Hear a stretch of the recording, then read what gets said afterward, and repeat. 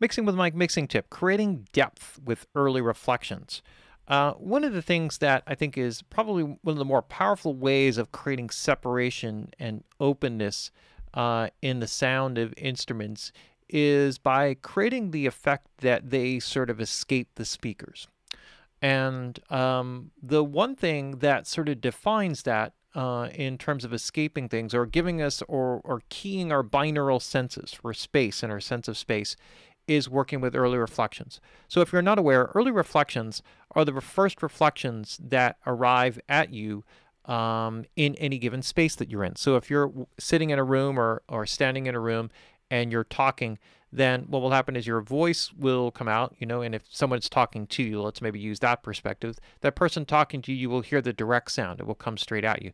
But the sound actually goes off in all directions, and it bounces off the floor and hits you a few milliseconds later, bounces off the side walls, the ceiling, the wall behind you, and so and the wall behind the person, right, colored with less frequency response, and hits you. So all these delays hit you a certain time later. Now, when those delays occur or when they get back to you, depending upon how reflective the room is, they will come back at different frequency responses and different timings. And this is part of what creates a tonal coloration in the space. The other part of it is the fact that the sound waves don't stop at your head and your ears.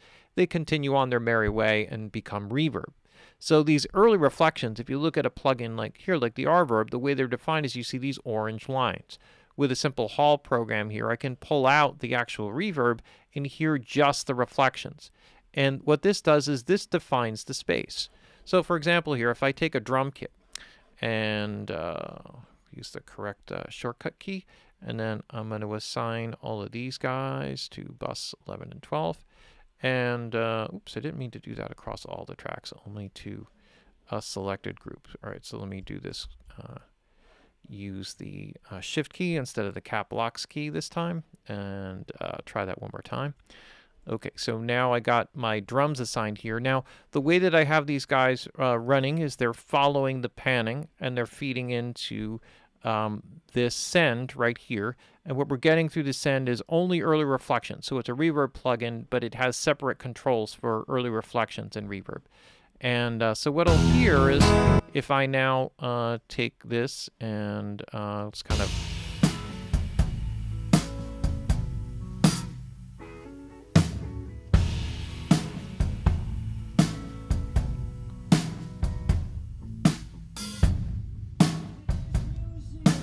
So what we're hearing is you're hearing a little bit of bleed from the recording and hear from some of the in the live performance.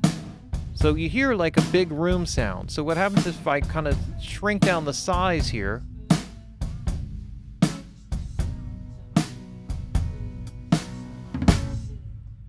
And what I can do is I can create something that literally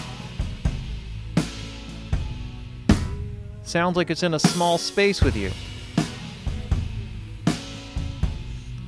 So if you notice, what you really listen for with the drums here is a sense of depth, right? So if you just, just close your eyes if you need to and listen, what you'll hear is the space kind of open up and become a little more three-dimensional. And now I can decide how big of a space I want those drums to be in.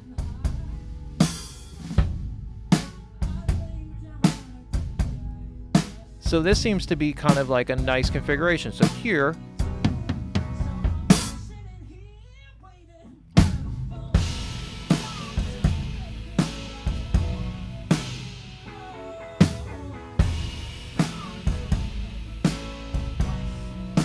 so one of the things that I want to do here is go through some variations of timings. So when, if a drum kit were placed in a room like this, for example, those delay times would come back at different timings. So like a big part of getting drums in particular, or any instrument to sound great in a room, especially in a smaller room, is to really move it around in the space and figure out where the early reflections are going to be most constructive to the original sound of the kit.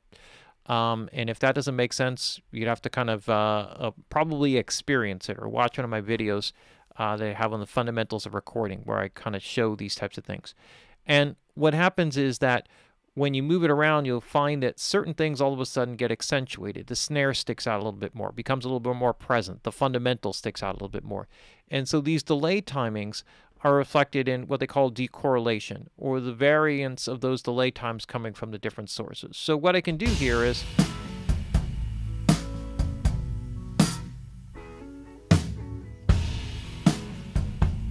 so if you listen here, each one of these selections will color the drums in a different way.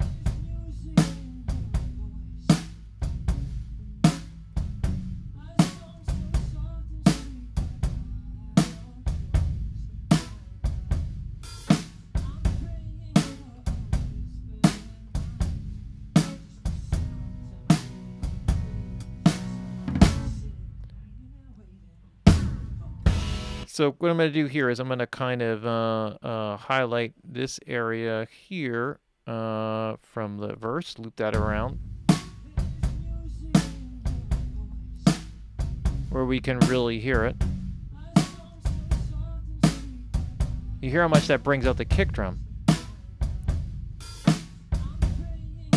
Gives a nice tone to the snare as well. There the snare is a little thinner.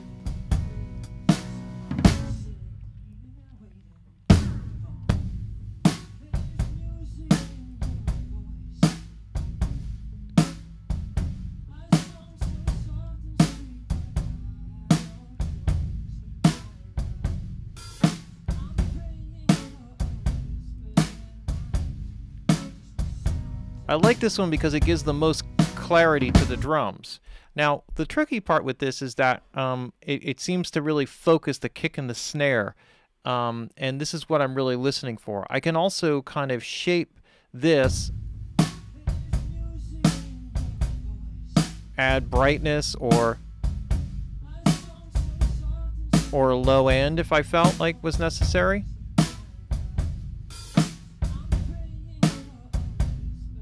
I can have it warm up the sound, or anywhere in between. So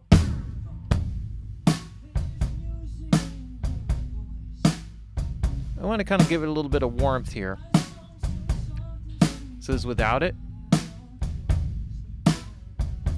So now what I want to be careful about here is overusing it. I want to bring it up just so that I feel it more than I hear it. So we're getting right back around to the loop here.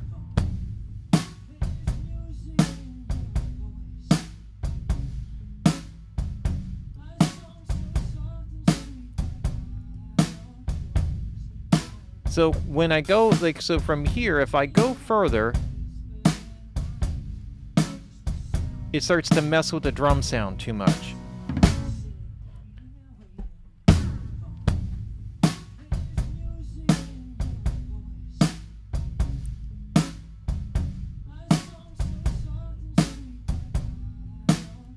So I want to give it, allow it to give the sensation or feeling of depth or three-dimensionalness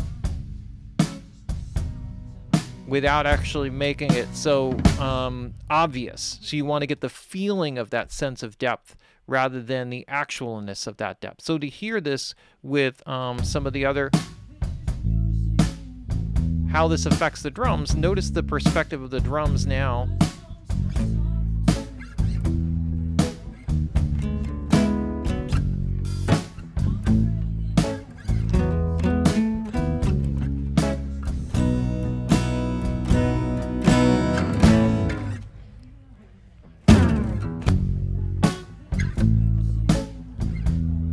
That's without.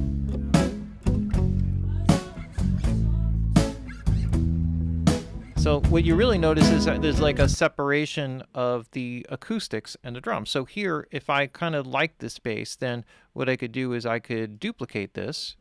And so what I'm going to do is I'm going to do a duplicate here and put these guitars into it. Now I got the same thing here, except I'm going to use a different input bus, and I'm going to assign this instead of going out there, actually it should go into, so this actually should go into my drum bus. And then what I'm going to do here with this is I'm going to bring these guys in and get my shortcuts straight here. I'm going to bring these guys in too. So with the acoustics, what I'm going to do here is I'm going to kind of try to define two separate spaces here.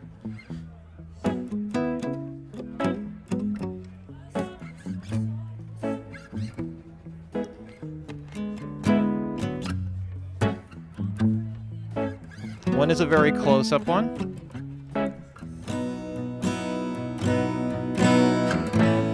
And one is a longer one.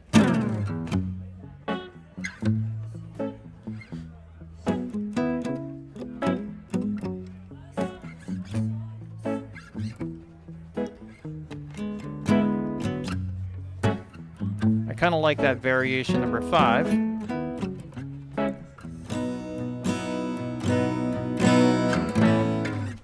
And I'm just going to kind of work up with a variation here on this guy.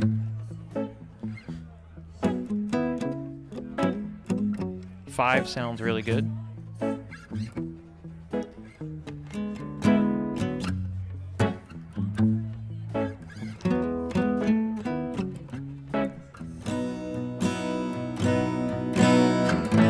So I'm going to go with this. Now what we're going to do is kind of work with this with the drum sound. So this brings the guitars, the acoustic guitars, up closer, more up front.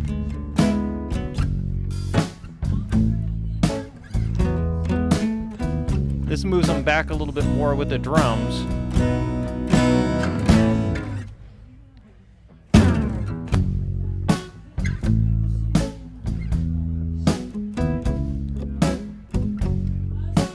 And this gives, I like this smaller one, which is what I thought would work.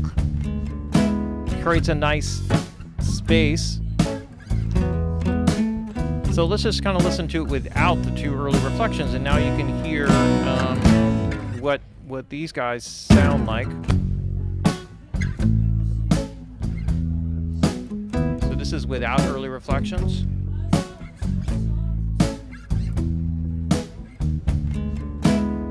So you can hear like the depth of field that's opened up.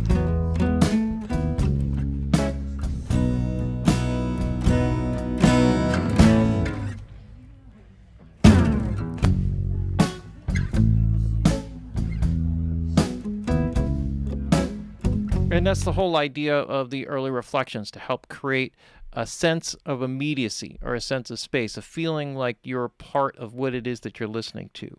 And that's the whole basic vibe there. So we'll see if I can put all this together. But that is our mixing technique of the week, which is our mixing tip of the week, which is creating depth with early reflections.